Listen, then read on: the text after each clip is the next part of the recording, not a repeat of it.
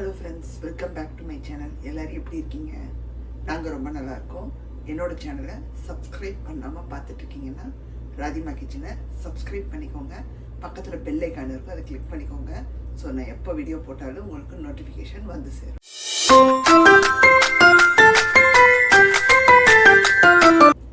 இன்றைக்கி நம்ம என்ன ரெசிபி பார்க்க போகிறோன்னா, போன்லெஸ் சிக்கனை வச்சு ஒரு கிரேவி தாங்க பண்ண போகிறோம். ஸோ இது வந்து பார்த்திங்கன்னா இட்லி, தோசை, சப்பாத்தி, அந்த டிஃபன் வெரைட்டிஸ்க்கும் நல்லாயிருக்கும், ரைஸ் வெரைட்டிஸ்க்கும் நல்லாயிருக்கும். இப்போ நீங்கள் சாதம் வடித்து இதை போட்டு பெசரி சாப்பிட்டீங்கனாலும் சூப்பராக இருக்கும். இல்லை ஒரு புலாவ் மாதிரி பண்ணி பிளெயினாக இந்த பாஸ்மதி ரைஸை கீ ரைஸாவோ இல்லை ஒரு கியூமின் ரைஸாவோ அல்லது பிளெயினாக அதை வடித்து அது கூட இந்த கிரேவியை தொட்டு சாப்பிட்டாலும் சூப்பராக இருக்குங்க. ஸோ இன்றைக்கி எங்கள் வீட்டில் லஞ்ச் பார்த்தீங்கன்னா பாஸ்மதி ரைஸை வடித்து அதில் இந்த கிரேவியை வச்சு கூட ஒரு எக் ரோஸ்ட் பண்ணி சாப்பிட போகிறோம். ஸோ இதுதான் இன்றைக்கி எங்களோட லஞ்சுங்க. ஸோ வாங்க இன்றைக்கான ரெசிபியை பார்த்துடலாம், ஸ்கிப் பண்ணாமல் பாருங்கள். இன்றைக்கி நம்ம பண்ணக்கூடிய ரெசிபிக்கு வந்து பார்த்திங்கன்னா நான் ஒரு கேஸ்டைன் கடாயை எடுத்து வச்சுட்டேன். நீங்கள் எந்த கடாய் வேணாலும் எடுத்துக்கலாம், எதில் சமைப்பீங்களோ அதை எடுத்துக்கோங்க. ஸோ இதில் இப்போது 2 டேபிள் ஸ்பூனுக்கு நல்லெண்ணெய் சேர்த்துக்கிறோம். ஸோ நல்லெண்ணெய் தான் வந்து சூப்பரான ஒரு டேஸ்ட்டு கொடுக்குங்க நான்வெஜ்ஜுக்கு. எண்ணெய் சூடாயிடுச்சு, ஏன்னா ஆல்ரெடி நான் வந்து இதை பேனை வந்து சூடு பண்ண போட்டுட்டேன். ஸோ சூடாயிடுச்சுங்க. இதில் வந்து பார்த்திங்கன்னா ஒரே ஒரு பே லீஃப், அப்புறம் ஒரே ஒரு சின்ன துண்டு பட்டை, 2 கிராம்பு, கொஞ்சமாக சோம்பு, சீரகம் ஒரு பிஞ்ச் எடுத்து வச்சுருக்கேன். இதை உள்ளே சேர்த்துக்கலாம். ஸோ சேர்த்துட்டு லைட்டாக அது வாசம் கொடுக்கட்டுங்க. வெங்காயம் சேர்த்துக்கலாம். வெங்காயம் சேர்த்துடலாங்க. நான் ஒரு பெரிய வெங்காயத்துலேயே ஒரு சின்ன வெங்காயம் மீடியம் சைஸ் இருந்துச்சு, அது மொத்தமாக வந்து கட் பண்ணி வச்சுட்டேன். அப்புறம் கருவேப்பிலை ஒரு 4-5 கிள்ளி வச்சுக்கோங்க. 2 பச்சை மிளகாயை கீறி வச்சுக்கோங்க. அவ்வளோதான். மொத்தத்தையும் அப்படியே உள்ளே சேர்த்துக்கணும். வெங்காயம் பெருசாக இருந்துச்சுன்னா நீங்கள் வந்து அரை வெங்காயம் சேர்த்துக்கோங்க. ஏன்னா வந்து இப்போ வர வெங்காயம் எல்லாம் இனிப்படிக்குது ரொம்ப. அது எங்கள் வெங்காயம் ரொம்ப இனிப்பாக இருக்கும். அதனால் இந்த பிங்க் கலர் கூட ரொம்ப இனிப்பு. மோஸ்ட்லி வெள்ளை வெங்காயம் தான் இனிப்பாக இருக்கும் இந்த ஊரில். பிங்க்கு கூட இப்போல்லாம் கொஞ்சம் இனிப்பாக தான் இருக்குது. அதனால் நான் என்ன பண்ணுறதுன்னா பார்த்து அளவாக சேர்த்துக்கிறது. இல்லாட்டி நமக்கு அந்த ரெசிப்பியில் ஒரு ஸ்வீட்னஸ் வந்துடுது, எங்களுக்கு அது பிடிக்காது. ஸோ நல்லா வதக்கி விட்டுக்கிறோம், பச்சை வாசம் போக வதங்கிட்டு இருக்குங்க. இப்போ இஞ்சி பூண்டு விழுது, உப்பெல்லாம் சேர்த்துக்கலாம். ஸோ நான் வந்து ஒரு அரை டேபிள் ஸ்பூனுக்கு இஞ்சி பூண்டு விழுது எடுத்துகிட்டு வந்திருக்கேன். அதை சேர்த்துட்டு இது கூடவே உப்பு சேர்த்துக்கிறோம். பார்த்து சேர்த்துக்கலாம், கொஞ்சமாக சேர்த்துட்டு பின்னாடி ரெசிப்பியில் தேவைப்பட்டால் ஆட் பண்ணிக்கணும். ஸோ வெங்காயத்துக்குடியே உப்பு, இஞ்சி பூண்டு விழுதை சேர்த்து நல்லா பச்சை வாசம் போகணுங்க. அது போனதுக்கப்புறம் நம்ம தக்காளி சேர்த்துக்கலாம். ஒரு தக்காளியை பியூரியாக அரைச்சி வச்சுக்கோங்க. ஸோ நம்ம பியூரியாக தான் சேர்க்க போகிறோம். இஞ்சி பூண்டோட வாசம் போய் வெங்காயமும் நல்லா வதங்கி வந்துடுச்சுங்க.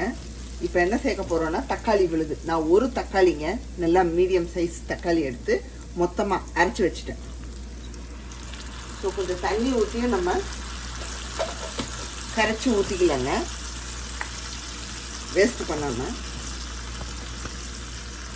மிக்சியில் கொஞ்சம் தண்ணி ஊற்றிக்கிட்டிங்கன்னா உங்களுக்கு இதாகும்.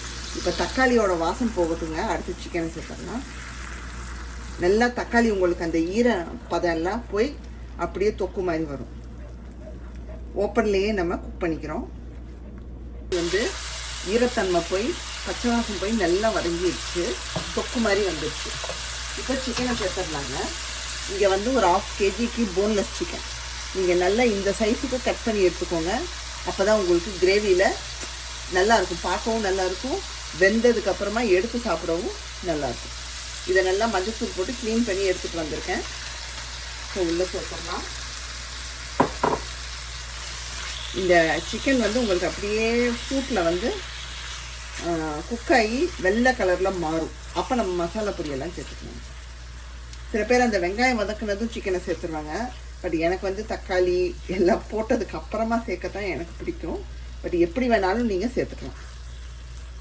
ஏன்னா நான் சில நேரம் சில வீடியோஸ் எல்லாம் பார்க்கும்போது எல்லோரும் அந்த வெங்காயம் வதக்குனதும் மசாலா பொடி, அப்புறம் அந்த மீட் ஆகட்டும் இல்லை வெஜ்ஜில் தான் பண்ணாலும் அந்த சமயத்தில் சேர்த்துருவாங்க. பட் எனக்கு அது தக்காளியும் வதங்கின பிறகு சேர்த்தா தான் பிடிக்கும். ஸோ நல்லா கிளறி விட்டுடலாம். நல்லா உங்களுக்கு வதங்கி வரட்டும். அதுக்கப்புறம் நம்ம மசாலா பொடி சேர்த்துக்கலாங்க. ஏன்னா உங்களுக்கு போன்லெஸ் வந்து குயிக்காக ரெடி ஆகிடும், ரொம்ப நேரம் எடுத்துக்காது. பார்த்திங்கன்னா வதங்கி அப்படியே கலர் மாறி இருக்குது, அந்த வெள்ளை கலரில் மாறிடுச்சு. இப்போ நம்ம மசாலா பொடியெல்லாம் சேர்த்துக்கலாங்க. ஸோ மசாலா பொடி வந்து பார்த்திங்கன்னா 1/4 ஸ்பூன் மஞ்சத்தூள், 1/4 ஸ்பூன் வந்து சீரகத்தூள், 1/2 டீஸ்பூனுக்கு கரம் மசாலா தூள், 1 டீஸ்பூனுக்கு மிளகாத்தூள். இதில் வந்து தனியாகவும் கலந்துருக்கு, அதனால நான் 1 டீஸ்பூனுக்கு எடுத்துக்கிட்டேன். நீங்கள் தனித்தனியாக வச்சுருக்கீங்கன்னா பார்த்து சேர்த்துக்கோங்க. உங்கள் வீட்டில் எவ்வளோ காரம் சாப்பிடுவாங்களோ அதுக்கேற்ற மாதிரி அட்ஜஸ்ட் பண்ணி சேர்த்துக்கோங்க. எனக்கு ஒன்றா கலந்துருக்கிறதுனால நான் 1 டீஸ்பூனுக்கு மொத்தமாக எடுத்துக்கிட்டேன். ஸோ ஸ்லோ டு மீடியம்லேயே வச்சு ஒரு 1 மினிட்டுக்கு வதக்கி விட்டுறலாங்க. அதுக்கப்புறம் நம்ம தண்ணி ஊற்றி லிட்டு போட்டு மூடி வச்சிடலாம். ஸோ நல்லா உங்களுக்கு அந்த மசாலா வாட போகணும். சிக்கனில் நல்லா பரட்டி விட்டுடலாம். நான் என்ன பண்ணேன்னா கிளறி விட்டுட்டு இந்த கிரேவியை டேஸ்ட்டு பார்த்தேங்க, சூப்பராக இருக்குங்க. நமக்கு அதுதான் முக்கியம், அந்த டேஸ்ட்லேயே நமக்கு தெரிஞ்சிடும். ஸோ பர்ஃபெக்டாக இருக்குது, காரம் எல்லாமே அருமையாக இருக்குது. இப்போ தண்ணி ஊற்றி மூடி போட்டு வச்சிடலாங்க. ஸோ நமக்கு நல்லா வெந்து வரட்டும். நான் 1 டம்ளருக்கு எடுத்துகிட்டு வந்திருக்கேன். ஸோ கிட்டத்தட்ட அந்த அளவுக்கு சேர்த்துட்றேன். நீங்கள் எந்த கன்சிஸ்டன்சியில் வேணுமோ அதுக்கான அளவு பார்த்து சேர்த்துக்கோங்க. நம்ம நெக்ஸ்ட்டு தேங்காய் பால் சேர்க்க போகிறோம். கொஞ்சமாக ஒரு திக்கு தேங்காய் பால், ஒரு 1/4 மூடி நான் இப்போ அரைச்சி எடுக்க போகிறேன். ஸோ அதனால் பார்த்து சேர்த்துக்கோங்க. இப்போ லிட்டு போட்டு மூடிடலாங்க. நம்ம ரைஸ் கூடெல்லாம் சாப்பிடும்போது கொஞ்சம் செமி திக்காகவே வச்சுக்கோங்க, அப்போ தான் நமக்கு பெரட்டி பிசைஞ்சு சாப்பிட நல்லாயிருக்கும். இப்போ மூடி போட்டு வச்சிடலாம். நல்லா கொதிச்சு அப்படியே உங்களுக்கு அந்த மசாலா எல்லாம் அதில் இதாகி வரட்டும், ஜெல்லாகி ஸ்லோ டு மீடியம்லேயே வச்சுருவோம். இல்லைங்க, நான் வந்து 1 டேபிள் ஸ்பூன்லேருந்து 2 டேபிள் ஸ்பூன் கிட்ட வரும். இது வந்து ஃப்ரோசன் தேங்காய், ஆல்ரெடி துருவின தேங்காய். ஸோ நான் கம்மியாக தான் எடுத்துருக்கேன். ஸோ இதை வந்து தண்ணி ஊற்றி நல்லா திக்காக வந்து நம்ம பால் எடுத்து ஆட் பண்ண போகிறோம். ஒரே ஒரு தடவை தான் எடுக்க போகிறோம், திரும்ப திரும்ப புழிஞ்சு எடுக்க போகிறதில்ல. அதை தான் இதில் சேர்க்க போகிறோம். வந்து கொஞ்சம் கலந்து விட்டுறலாங்க. ஆல்ரெடி நான் கலந்து விட்டேன்னா, பட் இப்போ ஒரு வாட்டி பண்ணிடலாம். ஸோ பார்க்கவே சூப்பராக இருக்குது. ஸோ நான் மோஸ்ட்லி போன்லெஸ் சிக்கனை வச்சு இந்த மாதிரி கறியெல்லாம் ரொம்ப ரேருங்க, எப்போயாச்சும் தான் பண்ணுவேன். எனக்கு அந்த போன் போட்டு தான் ரொம்ப பிடிக்கும். ஸோ அதை வச்சு தான் நிறைய நான் பண்ணுவேன். எப்போயாச்சும் தான் இந்த போன்லெஸ்ஸை வச்சு எனக்கு பண்ண தோணும். சரி இந்த வாட்டி ஒன்று போன்லெஸ்ஸில் ட்ரை பண்ணுவோம் டேஸ்ட்டாக. ஸோ இப்போ பார்த்தீங்கன்னா உங்களுக்கு நல்லா கொதித்து கொஞ்சம் இதாக இருக்குது. ஸோ இன்னும் கொஞ்சம் இதாகட்டும்.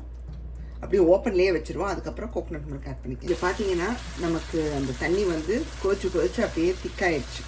இப்போ தேங்காய் பால் சேர்க்குற நேரம். ஸோ நான் வந்து கொஞ்சமாக தண்ணி விட்டு நல்லா இந்த மாதிரி திக்காக எடுத்துகிட்டு வந்திருக்கேன். அதை அப்படியே ஊற்றிடலாங்க.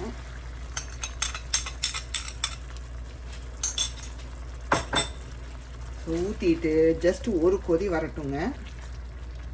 நம்ம வந்து கொத்தமல்லி தூவி பெப்பர் தூவி இறக்குறோம். ஸோ இப்போ பெப்பரையும் அரைச்சி எடுத்து வச்சுருக்கேன். ஜஸ்ட்டு 1 டீஸ்பூனுக்கு நல்லா அதை ஊற்றினோம்னா ஜம்முன்னு இருக்கும், டேஸ்ட் இன்னும் சூப்பராக இருக்கும்.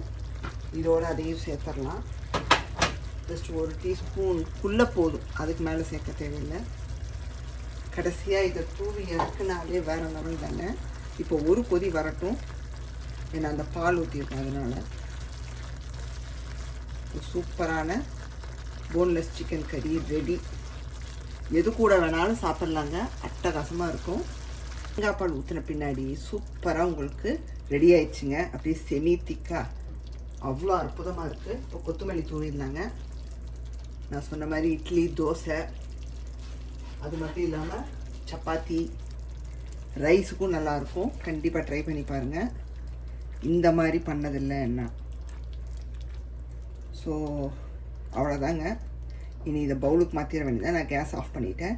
நான் டேஸ்ட்டு பார்த்தேங்க, உப்பு காரம் எல்லாமே பர்ஃபெக்டாக இருக்குது. எதுவுமே வந்து ஜாஸ்தியாகவோ கம்மியாகவோ இல்லை, பர்ஃபெக்டாக இருக்குது. ஸோ கண்டிப்பாக நீங்களும் ட்ரை பண்ணி பாருங்கள். இன்றைக்கான ரெசிபி பார்த்துருப்பீங்க. இந்த போன்லெஸ் சிக்கனை வச்சு சூப்பரான ஒரு கிரேவி பண்ணிட்டோம், ஒரு சைட் டிஷ்ஷு. இது வந்து இட்லி, தோசை, அது மட்டும் இல்லாமல் உங்களுக்கு சப்பாத்திக்கும் நல்லாயிருக்கும், ரைஸ் ஐட்டத்துக்கும் நல்லாயிருக்குங்க. ஸோ எங்களுக்கு வந்து பார்த்திங்கன்னா இன்றைக்கி லஞ்ச் இதுதான். கிரேவி பண்ணியாச்சு, ரைஸ் வந்து ஊறிட்டு இருக்கு அண்ட் எக் வந்து பாயில் ஆகிட்டு இருக்குங்க. ஸோ இன்னைக்கு என்ன சமையலோ அதுதான் உங்களுக்கு நான் காமிச்சிருக்கேன்.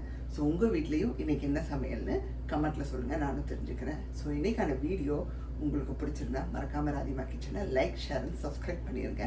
பெல் ஐக்கானையும் கிளிக் பண்ணி விடுங்க. உங்களுக்கு வேறொரு வீடியோவில் சந்திக்கிறேன். Bye, see you soon.